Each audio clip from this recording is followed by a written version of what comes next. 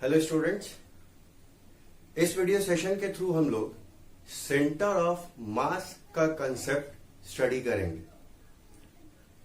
Centre of मास जो होता है सिंपली एक मैथमेटिकल कंसेप्ट है जो कि रिजिड बॉडीज के मोशन के नेचर को स्टडी करने में हमें हेल्प करता है। किसी भी सिस्टम का या किसी भी बॉडी का सेंटर ऑफ मास एक ऐसा पॉइंट होता है उस सिस्टम के अंदर या उस बॉडी के अंदर जिस पर हम ये एज्यूम कर लेते हैं कि उस पूरे सिस्टम का या उस पूरे बॉडी का मास कॉन्सेंट्रेटेड होता है। मतलब सेंटर ऑफ मास किसी भी बॉडी या सिस्टम का उस बॉडी या सिस्टम के अंदर एक ऐसा पॉइंट है जहां पे उस पूरे बॉडी या सिस्टम का मास कॉन्सेंट्रेटेड होता है। ठीक है। अब अगर हमारे पास n पार्टिकल्स का एक सिस्टम है जिस पे एक्सटर्नल फोर्स अप्लाई होने के कारण उसमें मोशन हो रहा है, तो ये जो सिस्टम है n पार्टिकल्स का, उसका नेचर ऑफ मोशन हम कैसे स्टडी करेंगे? तो एक तरीका तो सिंपल है कि हम सिस्टम में जितने भी पार्टिकल्स हैं इंडिविजुअली उन सभी पे इक्वेशंस ऑफ मोशन जो न्यूटन्स के द्वारा दिए गए थे उनको हम अप्लाई करें और फिर स्टडी करें उसको। तो ये अपने आप में बहुत ही कॉम्प्लिकेटेड कैलकुलेशन हो जाएगा, क्योंकि मान लीजिए अगर सिस्टम में 20 बॉडीज हैं तो उन सभी 20 बॉडीज के लिए हमें लॉज ऑफ इक्वेशंस को अप्लाई करने की जरूरत पड़ेगी। तो इस लेंदी प्रोसेस से बचने के लिए ये सेंटर ऑफ मास का कंसेप्ट लाया गया। सेंटर ऑफ मास के कंसेप्ट को इस्तेमाल करने से क्या होगा कि हम इन सभी n पार्टिकल के सिस्टम का सेंटर ऑफ मास कैलकुलेट करेंगे और जो एक्सटर्नल फोर्स इस सिस्टम पे लग रहा था, अब हम उस एक्सटर्नल फोर्स को इस सेंटर ऑफ मास पे ही अप्लाई करेंगे और फिर न्यूटन्स लॉज ऑफ मोशन को इंप्लीमेंट करेंगे नेचर ऑफ मोशन को स्टडी करने के लिए। बहुत से कैलकुलेशंस करके ये देखे गए कि चाहे हम इंडिविजुअल पार्टिकल पे लॉज ऑफ मोशन को इंप्लीमेंट करें और फिर नेचर ऑफ मोशन स्टडी करें, या हम सेंटर ऑफ मास पे ही पूरा का पूरा फोर्स अप्लाई करके तब सिस्टम का मोशन का नेचर स्टडी करें, दोनों में रिजल्ट्स हमें सिमिलर मिलते हैं। ठीक। तो इस तरह से हम सेंटर ऑफ मास के कंसेप्ट को यूज करके रिजिड बॉडी के सिचुएशन में नेचर ऑफ मोशन को आसानी से स्टडी कर पाते हैं। ठीक है। तो आसान क्यों होता है सेंटर ऑफ मास के कंसेप्ट को इस्तेमाल करना? क्योंकि अगर हम n पार्टिकल्स पे इंडिविजुअल कैलकुलेशन करेंगे तो स्वाभाविक है कि हमें n टाइम्स कैलकुलेशन करने की जरूरत पड़ेगी इंडिविजुअल पार्टिकल्स के लिए, है ना। लेकिन अगर हम सेंटर ऑफ मास के कंसेप्ट से कैलकुलेशन करेंगे तो किसी सिस्टम में एक ही सेंटर ऑफ मास होगा, तो हमें सिर्फ एक ही बार सेंटर ऑफ मास के लिए ही कैलकुलेशन करने की जरूरत पड़ेगी। तो स्वाभाविक है कि n टाइम्स कैलकुलेशन की जगह 1 टाइम कैलकुलेशन ज्यादा सिंपल है। क्लियर है? तो अब हम आगे बढ़ते हैं और सबसे पहले n पार्टिकल्स के एक सिस्टम का सेंटर ऑफ मास कैलकुलेट करना सीखते हैं। तो देखिए, हम पहले मान लेते हैं कि हमारे पास टोटल n पार्टिकल्स हैं किसी एक सिस्टम में जो कि इस तरह से डिस्ट्रीब्यूटेड है और सभी पार्टिकल्स के जो x, y, z कोऑर्डिनेट्स हैं वो इस तरीके से है। ठीक है। तो अब है कि इन n पार्टिकल्स के सिस्टम का सेंटर ऑफ मास का कोऑर्डिनेट कैसे निकालेंगे? तो देखिए, सबसे पहले हम क्या करेंगे स्टेप 1 में कि सभी मासेस को उनके अपने x कोऑर्डिनेट के साथ मल्टीप्लाई करेंगे। सभी मासेस को उनके अपने एक्स कोऑर्डिनेट के साथ मल्टीप्लाई करेंगे। ठीक है, इस तरीके से। तो m1x1, m2x2, m3x3, m4x4, m5x5 इस तरह से, और फिर सबको जोड़ देंगे। तो समेशन ऑफ सीरीज के टर्म्स में इस तरह से कुछ लिख सकते हैं, और यहां पे आई की रेंज क्या हो जाएगी, 1 से लेके n तक हो जाएगी। ठीक, सिमिलरली हम सभी मासेस को फिर अब उनके y कोऑर्डिनेट के साथ मल्टीप्लाई करते हैं। ठीक है, कुछ इस तरह से m1y1, m2y2, m3y3, m4y4, m5y5 and so on.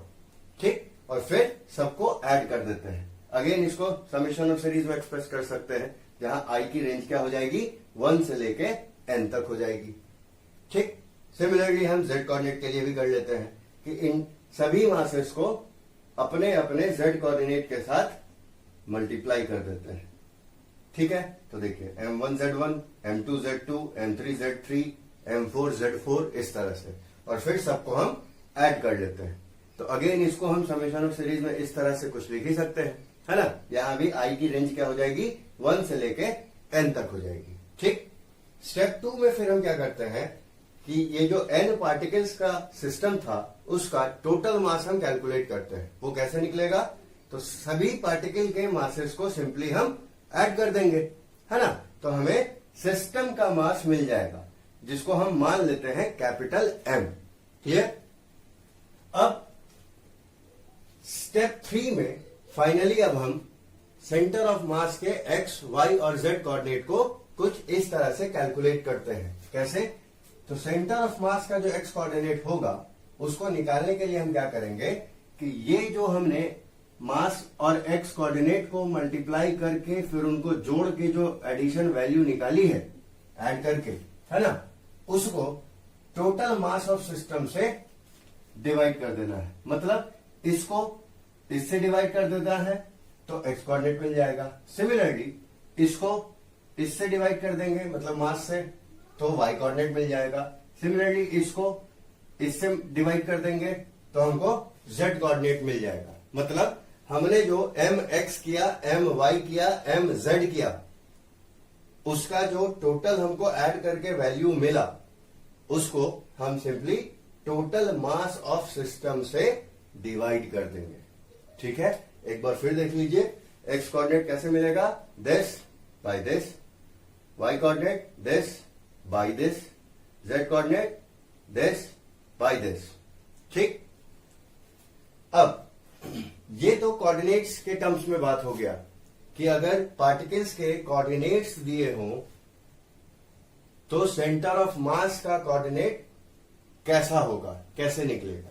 ठीक, लेकिन अगर कोऑर्डिनेट्स की जगह हमें पोजीशन वेक्टर दिए हों पार्टिकल्स के, तब हम कोऑर्डिनेट नहीं निकालेंगे सेंटर ऑफ मास का, तब हम पोजीशन वेक्टर निकालेंगे सेंटर ऑफ मास का। तो देखिए कैसे, तो कुछ नहीं करना है, मान लेते हैं कि जो ith पार्टिकल है, मतलब इस टोटल n पार्टिकल में कोई भी रैंडम ith पार्टिकल हमने कंसिडर किया, उसका अगर पोजीशन वेक्टर ri है ना, ये ठीक, n पार्टिकल सिस्टम में किसी ith पार्टिकल का अगर पोजीशन वेक्टर ri वेक्टर है, तब जो पोजीशन वेक्टर होगा सेंटर ऑफ मास का वो कैसे निकलेगा, तो वो निकलेगा इस तरह से।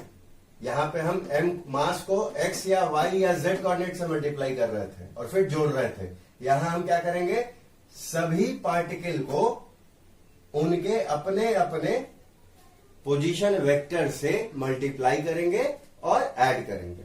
मतलब कोऑर्डिनेट से मल्टीप्लाई करने की जगह पार्टिकल्स को उनके अपने पोजीशन वेक्टर से मल्टीप्लाई करना है, और यहां भी ऐड कर रहे थे, यहां भी ऐड कर रहे हैं।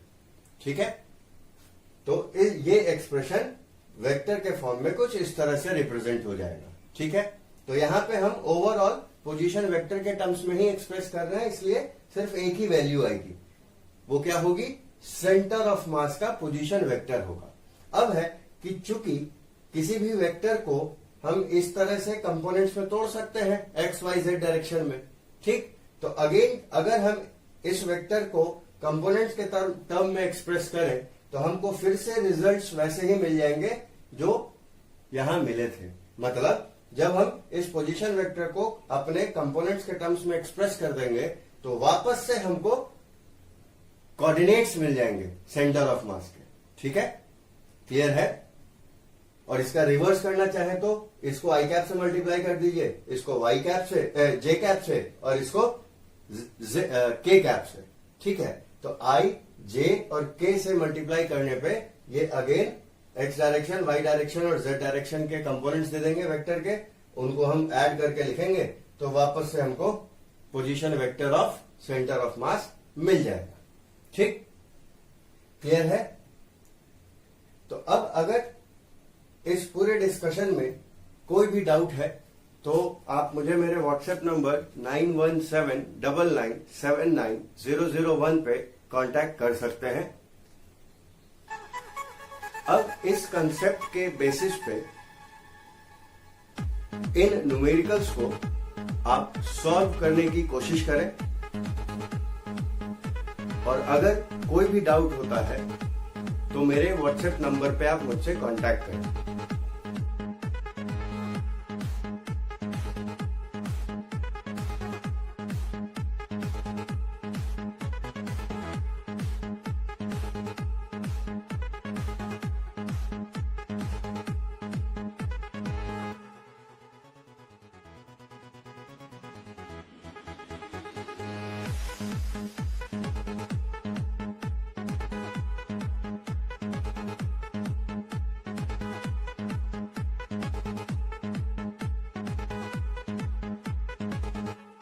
ओके स्टूडेंट्स, होप कि ये सारी बातें अब समझ में आ गई होंगी। इसे आप बुक से सेल्फ स्टडी भी करें, खुद का नोट्स बनाने की कोशिश करें। इससे सेंटर ऑफ मास का जो बेसिक कंसेप्ट है वो और बेहतर तरीके से क्लियर होगा। Best of luck, bye bye.